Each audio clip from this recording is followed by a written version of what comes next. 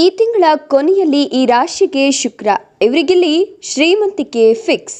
ಹೌದು, ಎಲ್ಲ ರೀತಿಯ ಸಂಪತ್ತು ಮತ್ತು ಜ್ಞಾನವನ್ನ ನೀಡುವ ಶುಕ್ರನ ಸಂಚಾರವನ್ನ ಬಹಳ ಮುಖ್ಯ ಮತ್ತು ಮಂಗಳಕರವೆಂದು ಪರಿಗಣಿಸಲಾಗುತ್ತದೆ.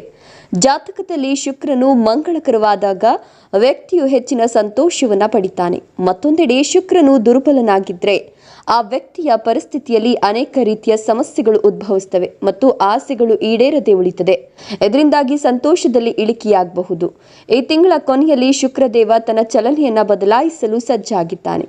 ಜ್ಯೋತಿಷ್ಯ ಶಾಸ್ತ್ರದ ಪ್ರಕಾರ ತುಲಾ ರಾಶಿಯ ಅಧಿಪತಿಯಾದ ಶುಕ್ರ ಈ ತಿಂಗಳ 31ರ ಮಧ್ಯಾಹ್ನ 2:40ಕ್ಕೆ ಸಿಂಹ ರಾಶಿಯನ್ನ ಪ್ರವೇಶಿಸಲಿದೆ.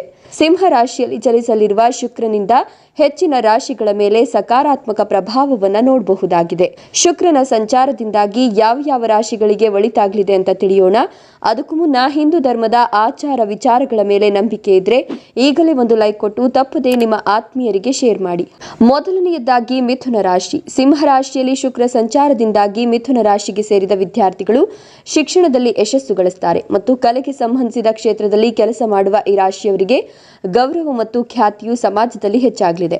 ಈ ಸಮಯದಲ್ಲಿ ವ್ಯಾಪಾರದಲ್ಲಿ ಧನಲಾಭ ಗಳಿಸುವ ಹೆಚ್ಚಿನ ಸಾಧ್ಯತೆಗಳಿವೆ ಹಾಗೂ ಇತರರಿಂದ ಯಾವುದೇ ಸಹಕಾರ ಇರುವುದಿಲ್ಲವಾದ್ದರಿಂದ ನೀವು ಯಾವುದೇ ಕೆಲಸವನ್ನ ಮಾಡಲು ನಿಮ್ಮ ಪೂರ್ಣ ಸಮಯವನ್ನ ನೀಡಬೇಕಾಗುತ್ತದೆ. ಜೊತೆಗೆ ಆರೋಗ್ಯದ ಬಗ್ಗೆ ಸ್ವಲ್ಪ ಜಾಗರೂಕರಾಗಿರಬೇಕು.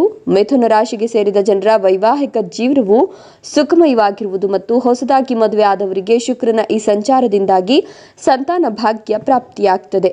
ಎರಡನೆಯದಾಗಿ ಮೀನರಾಶಿ. ಮೀನರಾಶಿಗೆ ಸೇರಿದ ಜನರಿಗೆ ಜವಾಬ್ದಾರಿಗಳು ಹೆಚ್ಚಾಗೋದ್ರೊಂದಿಗೆ ನಿಮ್ಮ ಸಂಬಳವು ಹೆಚ್ಚಾಗಲಿದೆ. ಜೊತೆಗೆ ಈ ಅವಧಿಯಲ್ಲಿ ನೀವು ಗಮನವಿಟ್ಟು ಕೆಲಸ ಮಾಡಿದ್ರೆ ಆದಷ್ಟು ಬೇಗ ಯಶಸ್ಸನ್ನು ಪಡೆದುಕೊಳ್ತೀರಿ ಮತ್ತು ವೃತ್ತಿ ಜೀವನಕ್ಕೆ ಸಂಬಂಧಿಸಿದ ಯಾವುದೇ ನಿರ್ಧಾರವನ್ನು ತೆಗೆದುಕೊಳ್ಳುವ ಮೊದಲು ಹಲವಾರು ಬಾರಿ ಯೋಚಿಸೋದು ಉತ್ತಮ. ನಿಮ್ಮ ವೃತ್ತಿಪರ ಮತ್ತು ವೈಯಕ್ತಿಕ ಜೀವನವನ್ನ ಸಮತೋಲನಗೊಳಿಸೋದಕ್ಕಾಗಿ ನೀವು ಹೆಚ್ಚು ಗಮನ ಕೊಡಬೇಕು. ಶುಕ್ರನ ಸಂಚಾರದಿಂದ ಕೆಲ ಸಮಸ್ಯೆಗಳಿಂದ ಮುಕ್ತಿ ಸಿಗ್ತದೆ.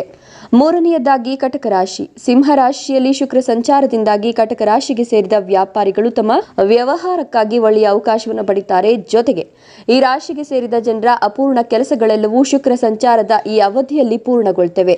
ಈ ಸಮಯದಲ್ಲಿ ನೀವು ಹೊಸ ವಾಹನ ಅಥವಾ ಆಸ್ತಿ ಖರೀದಿಸುವ ಯೋಗವು ಸೃಷ್ಟಿಯಾಗುತ್ತದೆ ಹಾಗೂ ಈ ಅವಧಿಯಲ್ಲಿ ಕಟಕ ರಾಶಿಗೆ ಸೇರಿದ ಜನರು ಅನಗತ್ಯ ಅಥವಾ ಪ್ರಸ್ತುತ ಸಮಯದಲ್ಲಿ ಉಪಯುಕ್ತವಲ್ಲದ ವಸ್ತುಗಳ ಮೇಲೆ ಹಣವನ್ನು ಖರ್ಚು ಮಾಡೋದನ್ನು ತಪ್ಪಿಸೋದು ಉತ್ತಮ. ನಿಮ್ಮ ಮನೆಯಲ್ಲಿ ಸಂತೋಷದ ವಾತಾವರಣ ಸೃಷ್ಟಿಯಾಗುತ್ತದೆ ಮತ್ತು ನಿಮ್ಮ ಕುಟುಂಬ ಸದಸ್ಯರ ನಡುವೆ ಪ್ರೀತಿ ಹೆಚ್ಚಾಗ್ತದೆ. ನಾಲ್ಕನೆಯದಾಗಿ ಕುಂಭ ರಾಶಿ. ಶುಕ್ರ ಸಂಚಾರದ ಈ ಅವಧಿಯಲ್ಲಿ ಹೆಚ್ಚು ಹಣವನ್ನು ಗಳಿಸಲು ಕುಂಭ ರಾಶಿಗೆ ಸೇರಿದ ಜನರು ಮಾಡುವ ಎಲ್ಲ ಪ್ರಯತ್ನಗಳಲ್ಲಿಯೂ ಯಶಸ್ಸು ಗಳಿಸ್ತೀರಿ. ಇದರಿಂದಾಗಿ ನಿಮ್ಮ ಮನಸ್ಸು ಸಂತೋಷದಿಂದಿರುತ್ತದೆ. ವ್ಯಾಪಾರ ಮಾಡುವ ಜನರು ಹೆಚ್ಚು ಲಾಭ ಗಳಿಸುವ ಯೋಗ ಸೃಷ್ಟಿಯಾಗಲಿದೆ ಹಾಗೂ ಈ ರಾಶಿ ಜನರಿಗೆ ಆದಾಯವನ್ನು ಹೆಚ್ಚಿಸಲು ಉತ್ತಮ ಮಾರ್ಗಗಳು ಗೋಚರಿಸುತ್ತವೆ. ಇದರಿಂದಾಗಿ ಆರ್ಥಿಕ ಸ್ಥಿತಿ ಬಲಗೊಳ್ಳುತ್ತದೆ ಹಾಗೂ ತುಂಬಾ ಶುಭವಾಗಿರಲಿದೆ.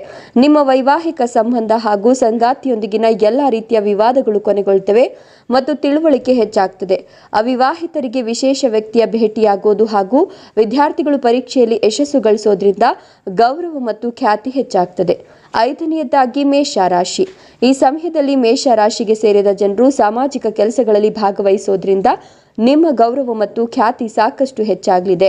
ಈ ಅವಧಿಯಲ್ಲಿ ಹೆಚ್ಚಿನ ಹಣವನ್ನು ಗಳಿಸಲು ನಿಮಗೆ ಉತ್ತಮ ಅವಕಾಶಗಳು ಲಭಿಸುತ್ತದೆ ಹಾಗೂ ಕೆಲಸ ಮಾಡುವ ಮೇಷ ರಾಶಿ ಜನರಿಗೆ ತಮ್ಮ ಕೆಲಸದ ಸ್ಥಳದಲ್ಲಿ ಗೌರವ ಸಿಗಲಿದೆ. ಕುಟುಂಬದ ಜವಾಬ್ದಾರಿಗಳ ಬಗ್ಗೆ ನೀವು ಹೆಚ್ಚು ಜಾಗರೂಕರಾಗಿರೋದು ಉತ್ತಮ. ಸಿಂಹ ರಾಶಿಯಲ್ಲಿ ಶುಕ್ರನ ಸಂಚಾರದಿಂದ ಮೇಷ ರಾಶಿಯ ಜನರು ಹೆಚ್ಚಿನ ಪ್ರಯೋಜನಗಳನ್ನು ಪಡಿತಾರೆ ಹಾಗೂ ಸಂಪತ್ತು ಮತ್ತು ಸಮೃದ್ಧಿ ಹೆಚ್ಚಾಗ್ತದೆ. ಜೊತೆಗೆ ನಿಮ್ಮ ವೈವಾಹಿಕ ಜೀವನದಲ್ಲಿ ಪ್ರೀತಿ ಮತ್ತು ಸಂತೋಷ ಸಾಕಷ್ಟು ಹೆಚ್ಚಿಗೆಯಾಗಲಿದೆ. ಧನ್ಯವಾದಗಳು.